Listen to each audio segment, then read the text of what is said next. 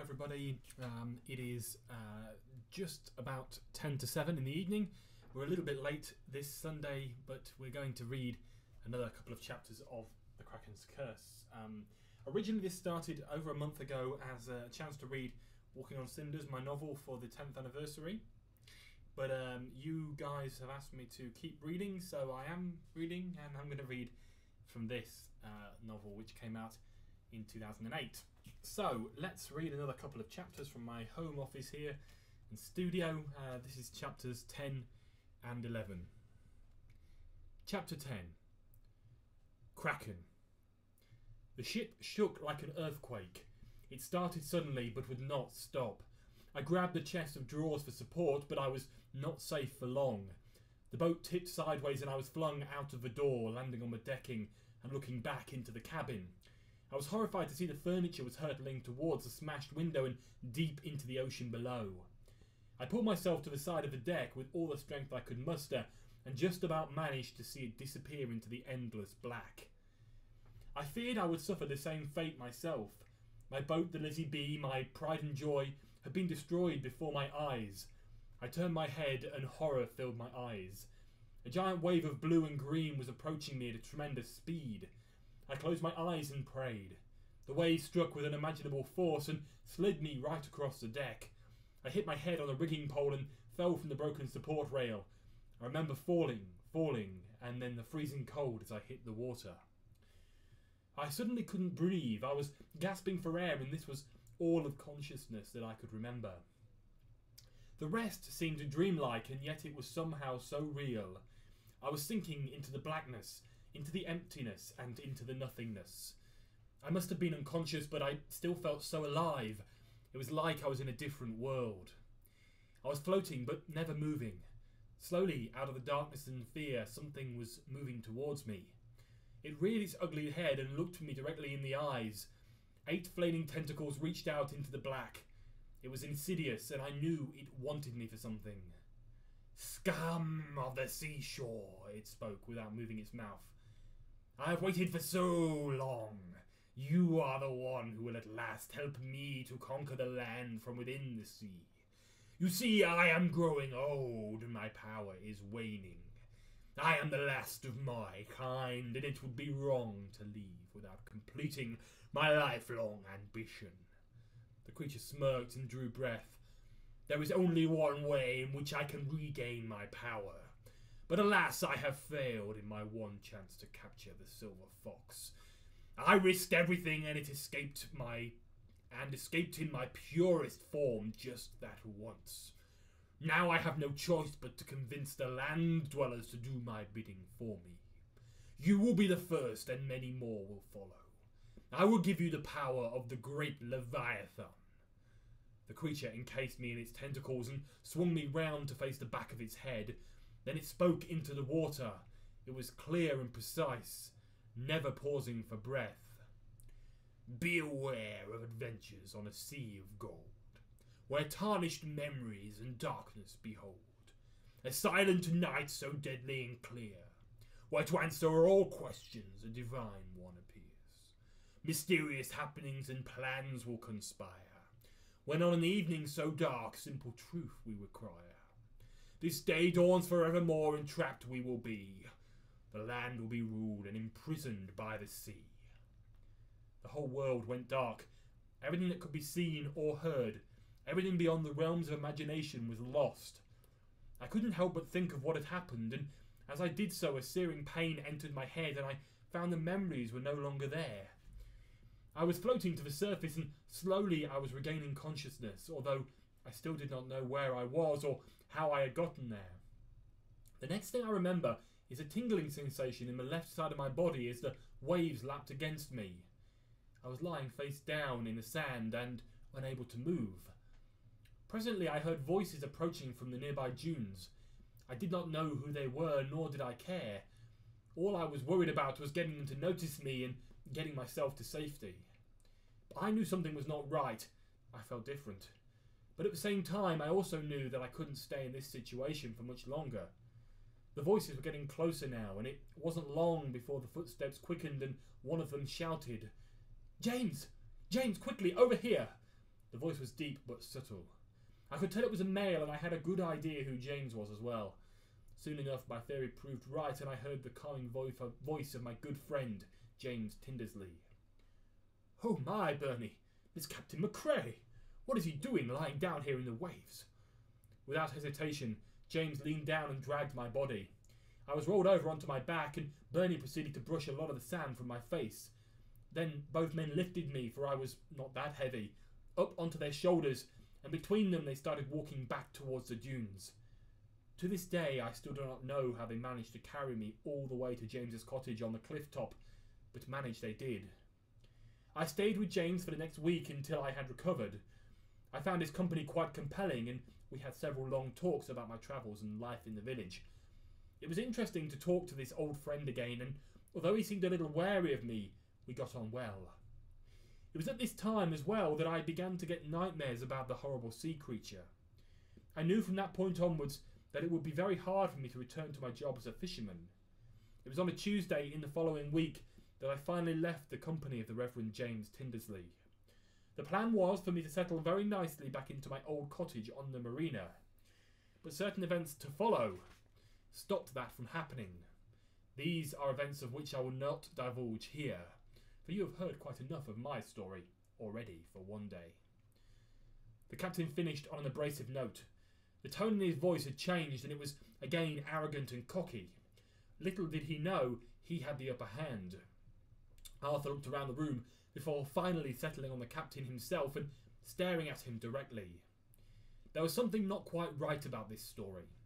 For a start, it was strange for the captain to finish on such a sharp note, as for one thing he had learnt from his father was that the captain could always tell a good story. So why had he stopped so suddenly this time? These and many other questions had gone unanswered, and would do for a little while longer, as Arthur knew better than to play all his cards at once. "Thank you very much," he spoke with a smile. "It has been most interesting to hear your story, and I thank you for telling me." The captain's expression changed once again, and this time there was almost a hint of a smile on his face. "I have wanted to tell you for a long time, believe me," he replied, "but circumstances got in the way. I hope I have told you something that might be of help when solving the mystery of your father's disappearance." Arthur looked surprised, as for a moment he had completely forgotten about his father and the fact that he was missing. He was so interested in clearing the captain's name in the case of James Tindersley that he had forgotten the real reason as to why he had returned in the first place. "Oh, I think it will be," Arthur spoke again. "I think I know where I must go next as well. I must visit the family of James Tindersley. I believe they live in a church on the hill in the village of Copse." "That is correct," the captain replied, leading the way to the door. It opened with an eerie squeak, and Captain McCray gestured to Arthur. Taking this as a sign that he should make a quick exit, Arthur sped out of the door and headed for the gate. Captain McCray watched as the gate swung closed behind Arthur, who turned to walk up the street. It felt strange to tell his story after such a long time. The story he had kept solely to himself, and as Arthur disappeared into the next street, the captain couldn't help but worry about what he might discover next. So, we'll read chapter 11 in a moment. Okay. Chapter 11. The Reverend's Family. Visiting the family of the late Reverend James Tindersley, who had once occupied the small cottage on the hilltop where Arthur now resided, turned out to be one of the hardest things he had ever done. It seemed that the family were hostile to him, and that they blamed him blamed his father for the death, although he really could not work out why. It was a Saturday morning, and the sun had shown its face for half an hour, but now it was sulking and hiding behind dark rain clouds. As he made his way along the small avenue of trees that led to his destination, Arthur couldn't help thinking that he was making a grave mistake. Perhaps it was too soon. Perhaps he would not be welcome. What would happen he did not know, but he was sure it was not going to be a nice experience. The village of Copse stood on an ageing hillside, surrounded by a forest of dark trees and foreboding creatures. Above the village, on the hilltop, stood the church. It looked down upon the village and seemed to be protecting all that was below. It was a small building, taking all into consideration, small but perfectly formed. At one end was a tall grey stone tower, with buttresses to keep it upright, and at the other was a huge stained glass window depicting the Last Supper. Halfway between the two, sandwiched in the dark stone, was a wooden door with a brass knocker. The best way to access the church was from an avenue of trees that led up to the building from the roadside, and it was along this avenue that Arthur Boston was now currently walking. As he neared the church, he could just see the might of the stained glass window, and presently he thought how beautiful it was. Ever since he had found out about the death of James, he had secretly wished that it had nothing to do with his father. James was a nice man, and, to be honest, he was lost in his prime, and it was a terrible fate indeed. The large wooden door with its brass knocker gave the church an air of distinction, and when Arthur rapped upon it 3 times, the sound echoed around the building so that there was nowhere that it couldn't be heard. "Coming," said a brash and squeaky yet elderly woman's voice.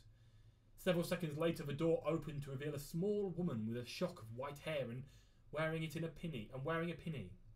Her face was etched with hatred from the moment she laid eyes on Arthur. "You!" she squealed, trying to shut the door before failing as Arthur had jammed his foot into the gap. "I was warned you would come, but I didn't think now. I did not think after so long." There was then the shortest of silences, in which Arthur managed to edge in and say something. "Madam, if you could just spare a few minutes of your time, I need to know about your son." "You need not know such things. My son passed away 3 years ago. Now I am busy, and I expect you know better than to tarnish his memory." Again she tried to prise the door shut, and again she failed. "Madam, please.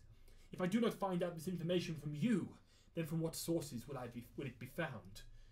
The woman's eyes were darkened as they surveyed Arthur up and down. "Then you will have to talk to my granddaughter," she spoke after a pause. "She has always been very quick to talk about her father. You will find her in the village. She works at the greengrocer's."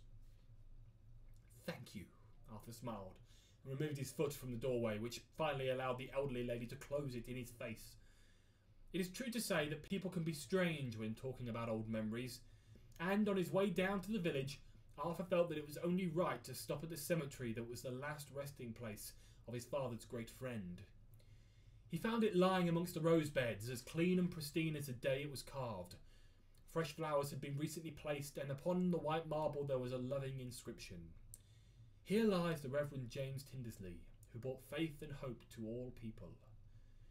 Arthur could tell this was a peaceful place, a place for quiet reflection, and as he stood in the cemetery and read the inscriptions once more, he paused and looked left along the line of headstones. There at the end of a line was a black marble stone that was strangely familiar. Silently he made his way towards the place and noticed his own last name staring back at him. "Here lies Lillian Amy Boston, beloved wife to George Boston and mother to Arthur Boston. Her memory lives on." Arthur was touched by the words on his mother's headstone. She had died just after he was born, so he had not known her. This he had grown accustomed to, but as he stood before the grave, sudden thoughts rushed over him. These were thoughts that spurred him on and told him that he must discover what had happened to his father, if only for the memory of his dear mother. The paths that led to the village were steep and rocky. It was tough to climb, and he needed complete concentration. Arthur kept his head down and placed his feet one in front of the other. Whenever he stumbled, he reached out for the branches of an old oak tree. When he was closer to the bottom, he dared to look ahead for just a few seconds, and he was surprised by what he saw. Arthur had expected this village to be similar to the one that he had walked through each morning, but it was different. Instead of grey walls and roof tiles of the same thin slate, the houses were all rainbow-coloured. Each house had its own identity, and instead of the window displays setting them apart, the colours did. Each building stood out, and just walking down the street put a smile on your face. Again he looked from building to building, and almost forgot the important reason why he had ventured down here in the first place. It did not take long to locate the greengrocers. It was a sea of green amongst the brightly coloured houses.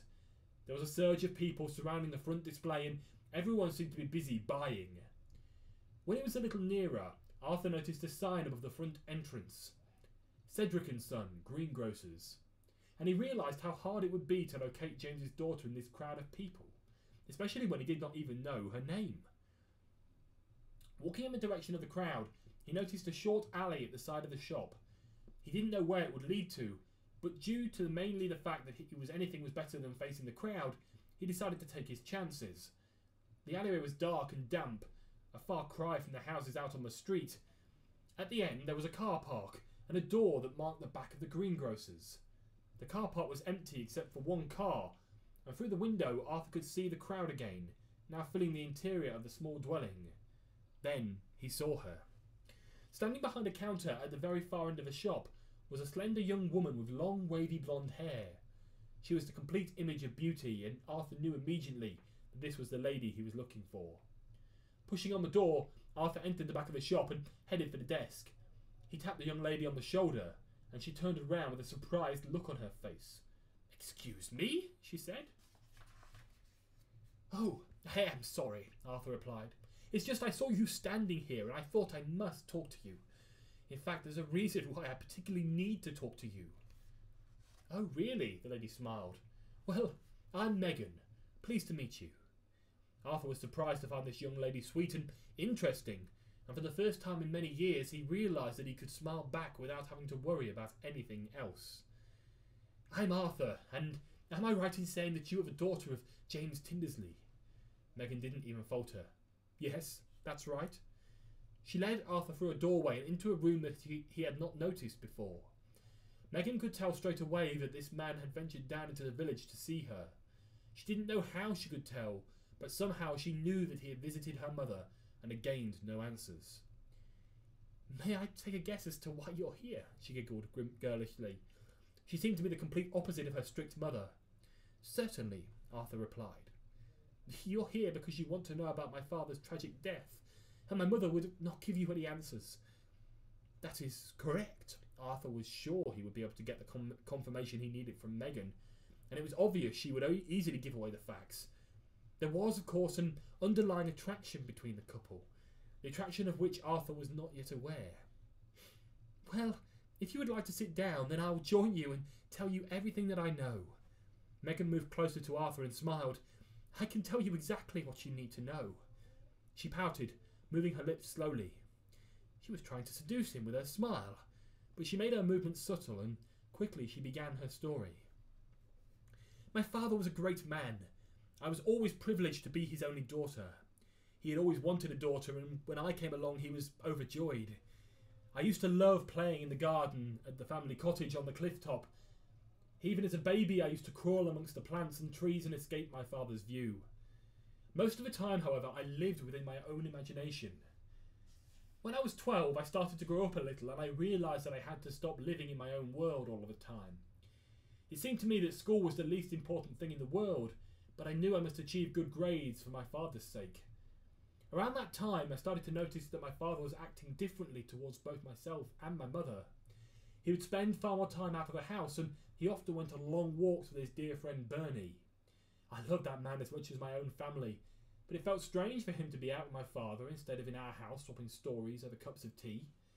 When I was a young child, my father used to invite Bernie around every Saturday afternoon, but as I grew older, these visits became less and less apparent. It was on a cold night a few months later that something happened which would change all of our lives forever. My father was once again on one of his long walks on the seashore, but that evening he had taken longer and was not back by the time he had told my mother he would be. Of course, my mother started to get very worried, and when she heard voices shouting from the rocky outcrop below, it only scared her more. A few minutes later, my father and Bernie appeared at the top of the cliff path, carrying someone in their arms. Quickly they made their way towards our little cottage and inside. My mother made the spare bed and we laid the person down to rest. We could all tell who it was straight away. It was a sea captain who lived down on the marina. On the morning of the 6th of December, my father had finally had enough and asked the captain if he were in a fit state to leave. Everything that had happened in the past few months had affected my father greatly, and he was no longer the same man. He did not attend church on a weekly basis any longer. He had given up on many of his parish duties, and his walks had become even more frequent. This all came as no surprise to my mother. She was sure it had something to do with Captain McCray and George Boston, although she never did find any proof of that. It was the 20th of December, and snow had fallen deep around the edge of our little cottage. My father had been gone several hours, and I was alone in the house, as my mother was in the village buying food for dinner. I liked my little alone times, as I called them. It allowed me to think about everything in my life and focus on the important things. Sometimes I got lost again in my own little world, as I had done this particular day, and so I was very surprised and a little scared to hear a knock at the door, which brought me back to my senses. It was a firm knock, and it belonged to someone of great importance, and when I opened the front door I found a stately policeman staring back at me. Now, it was very unusual to find someone of this stature in our part of the village, unless something terrible had happened. I did not know what to do in such a situation, and it wasn't a great help when my mother arrived back on the doorstep just behind. "Excuse me, sir," she said in her wary tone. "May I be of assistance?" "Yes, I'm afraid I have some bad news," the policeman replied with a deep tone in his voice. "Could we please go inside and sit down?" My mother showed the policeman inside and sent me upstairs to my room to finish my drawings. The rest of the conversation I know only from what my mother has told me, which is very little. But from this I can piece together what I think might have happened that morning. "I am very sorry to have to tell you this," the policeman was talking directly to my mother in a tone that he must have used hundreds of times before. "But we were called to the rocks below your cottage this morning, and upon arrival we found a body." "But what has that got to do with me?" My mother looked the same as always, strong and self-centred. "We have reason to believe," the policeman continued, "that the body is that of your late husband, Reverend James Tindersley." My mother couldn't speak. She turned her head from the policeman's view and didn't catch his eye. It was then that both suddenly and surprisingly she broke down in tears. "He's not gone," she cried. "It's not him. He's not dead. He can't be." The tears just kept falling. There was nothing the policeman could do or say. "If it's any consolation, ma'am, we have already identified the body, and you may organise a funeral of your choice." My mother didn't have time to think of it. She stood up where she was and led the policeman to the door. On the way out, she made sure that my mother would ring him if anything else occurred. As soon as the policeman was gone, my mother shouted me down. I never did find out how my father had died. My mother never told me.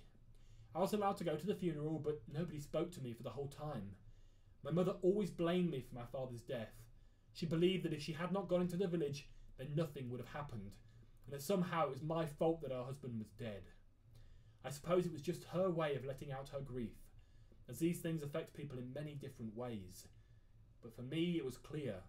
It was clear from that moment on. I would have to live the life with this guilt for the rest of my life, even though I had nothing to do with it. So that is chapters 10 and 11, which brings us to the end of part 1 of the Kraken's Curse. Tomorrow night I'll be back to read chapters 12 and 13, that being the start of part 2. Really hope you can join me then.